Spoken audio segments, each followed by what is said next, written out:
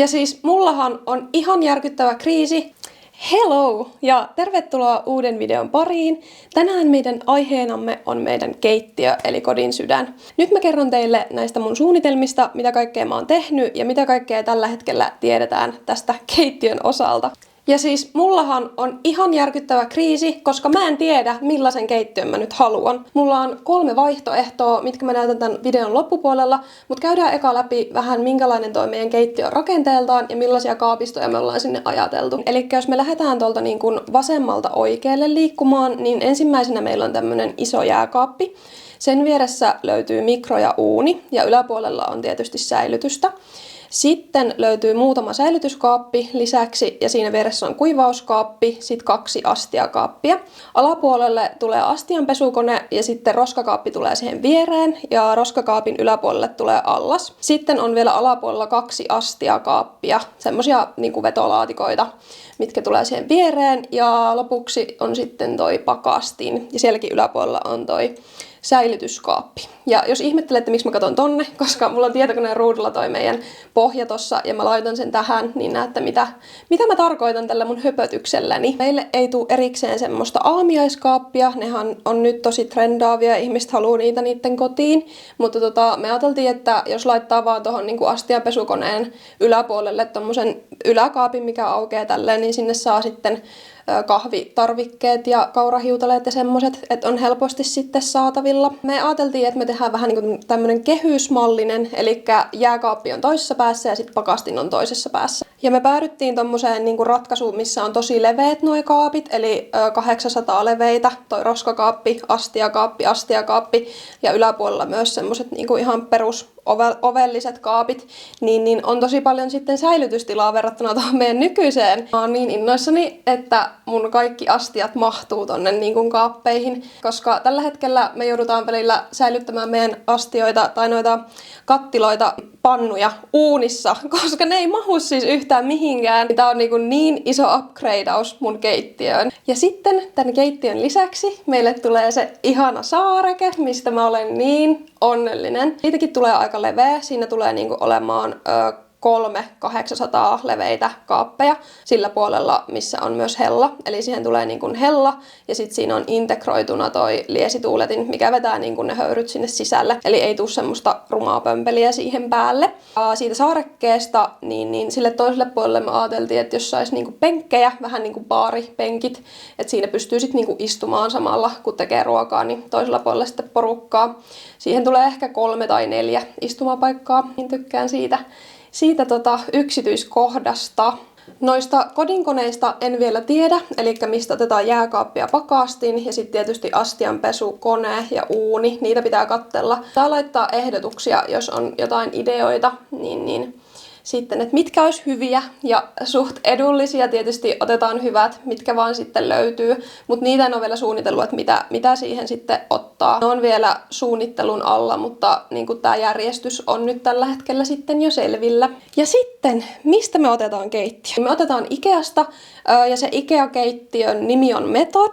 Eli sellainen keittiösarja, tulee ne kaapit sitten sieltä, ja mä oon ajatellut, että keittiön kaappien väri olisi toi Havstrop, tai sitten joku valkoinen niistä, mitä on saatavilla. Mä voisin nyt esitellä sitten teille ne vaihtoehdot, mitä mä oon suunnitellut. Saatte sitten kommentoida tohon alas, että mikä on teidän mielestä hienoin, koska mulla on oikeasti vähän niin kuin valinnanvaikeus, ja mulla on kriisi, koska näitä pitäisi ruveta jo pikkuhiljaa hommaamaan. Nyt pitäisi tehdä niitä päätöksiä. No niin, oletteko valmiita? Nyt mä esittelen teille. Eli vaihtoehto 1 olisi tämmönen, että sinne tulisi noi Havstropin väriset kaapit. Eli peiket-kaapit. Sitten olisi valkea tausta tonne taustalle.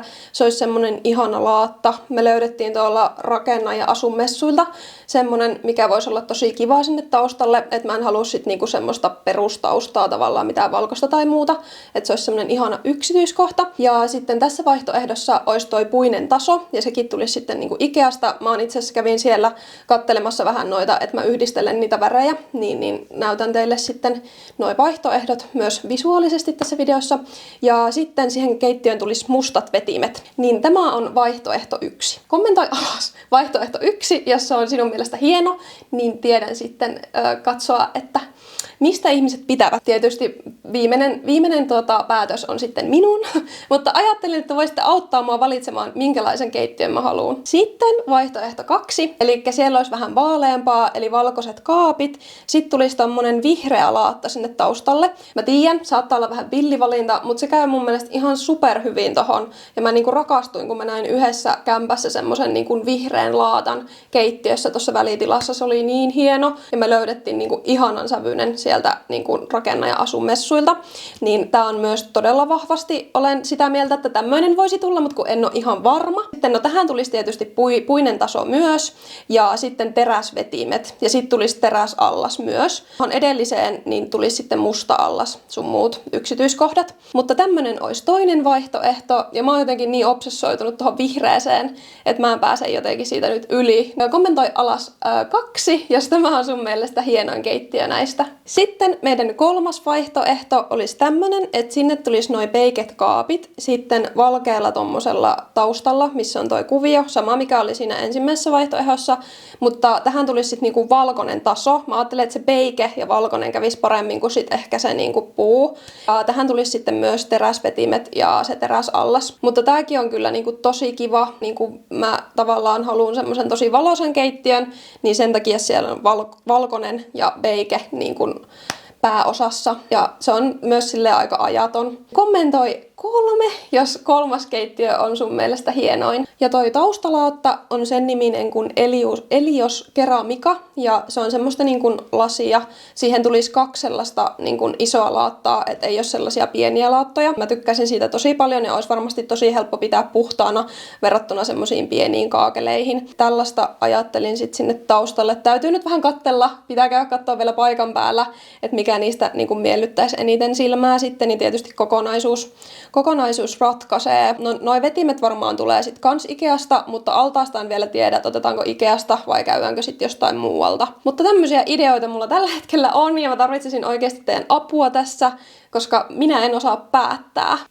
Ja noi kuvat on generoitu AI:lla, tein ihan ChatGPT:llä. Vähän silleen niin kuin näkee noita yhdistelmiä, että mitkä käy yhteen, koska on tosi hankala sit jotenkin hahmottaa noista pienistä paloista, että mitkä käy hyvin yhteen. Ainakin noi kuvat antaa semmoisen tosi hyvän niin kuin kuvaan tuosta kokonaisuudesta. Ja sitten vielä saarekkeesta. Saarekkeesta tulee samanvärinen sitten kuin keittiön kaapit, ja sinne tulee se sama taso, mikä on noissa muissa keittiön tasoissa. Ja tosiaan sitten sinne tulee se syvennys, mihin saa ne penkit. Ja me ajateltiin, että sinne syvennykseen olisi tosi kiva saada semmoinen joku rimapaneeli, tuomaan vähän sellaista niin kuin erilaista, ja sinnekin niin kuin sitä yksityiskohtaa. Ja toki sitten valaistaan se hienosti se rimapaneeli sieltä. Ja muutenkin täytyy vähän miettiä noita valaistuksia tuohon keittiöön. Mutta kyllä tästä hyvä tulee. Siis mä niin ootan, että me päästään niinku kokoamaan tämä. Mutta se nyt on aika kaukana vielä tällä hetkellä. Mutta hyvästä on suunnitella jo tälleen hyvissä ajoin. Ja sitten yleisesti, mikä meidän taloprojektin tilanne on, niin meidän talon elementit valmistuu juuri tällä hetkellä. Ne on vielä työn alla, mutta ensi viikkoon mennessä niin ne on varmaan sitten jo valmiita.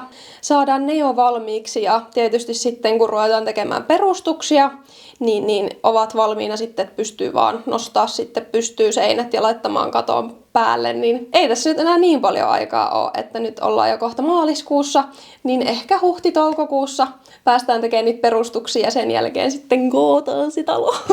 Joo, tää on kyllä ihan sikaa hauskaa jotenkin päästä itse suunnittelemaan kaikki, vaikka tää on silleen haastavaa, kun pitää päättää. Ja mä en osaa päättää asioita.